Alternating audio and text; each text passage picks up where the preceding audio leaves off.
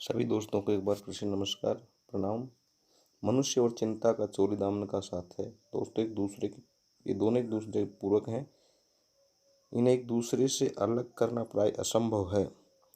हम ये भी कह सकते हैं कि चिंता और मनुष्य का जन्म एक साथ ही हुआ है। प्रथम मनुष्य के धरती पर प्रदान पर करते ही उसे पहली चिंता यही सताई होगी कि क्या खाया जाए, कैसे खाया जाए, और फिर से उसे वस्त्र आवास की चिंता हुई होगी। प्रथम मनुष्य की तरह ही यह चिंता आज विश्व के हर मानव के साथ चिपकी हुई है।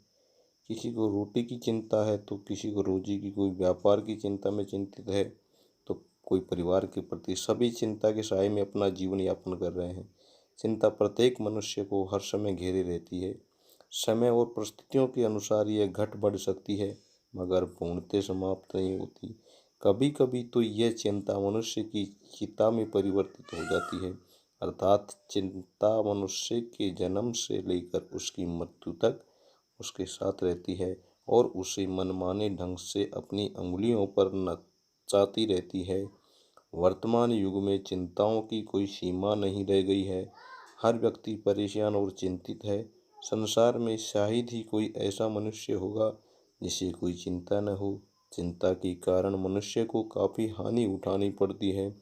इससे अनेक मानसिक व शारीरिक रोगों की उत्पत्ति होती है तथा आर्थिक क्षति असंभवी हो जाती है।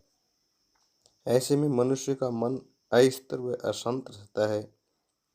वह अपने को शक्तिहीन और असहाय महसूस करने लगता है तथा किसी भी कार्य को करने में असक्षम महसूस करता है। चिंता का कारण आज का भौतिकवादी युग माना गया है। आज मनुष्य की आवश्यकताएं, आकांक्षाएं और इच्छाएं इतनी बढ़ गई हैं कि उसकी पूर्ति हो पाना असंभव हो गया है। इसी कारण मनुष्य उद्विग्न और परेशान रहता है कि कैसे उस समस्याओं का समाधान हो। यहाँ तक कि वह राह चलते, भोजन करते, विश्राम के समय भी अपनी चिंताओं में उलझा रहता है। कहा जाता है कि पहले समस्या मनुष्य की चिंता का कारण बनती है, फिर चिंता स्वयं एक समस्या बन जाती है। चिंता मनुष्य की सबसे प्रबल शत्रु है, एक भयंकर रोग और सर्वाधिक दुर्लभ भावना है जो मनुष्य को काफ़ी समय से घेरे रहकर एक खतरनाक रोग में परिवर्तित हो जाती है। चिंता से मनुष्य का स्वभाव एवं व्यवहार भी प्रभावित होते हैं। आखिर चिंता है क्या? चिंता मनुष्य को अपना दास बना लेती है। चिंता की उत्पत्ति कैसे होती है आदि प्रश्न विचारणीय है। ईश्वर ने जब सृष्टि की रचना की तभी काम, क्रोध, मद, लोभ का जन्म हुआ। धार्मिक ग्रंथों में इन्हें मनुष्य का शत्रु कहा गया है। इनसे बचने की सलाह दी गई है क्योंकि ये भगवान प्राप्ति और चरित्र निर्माण में बाधक हैं। चिंता इनका एक अंश मात्र है। इनकी रचना लोभ तत्व से मानी जाती है। लोभ का अर्थ लालच है।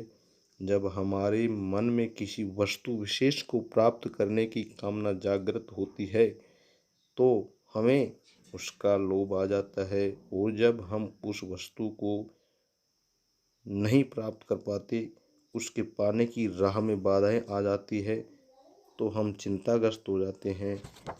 यही चिंता का एक सच्चा परिचय है। धन्यवाद।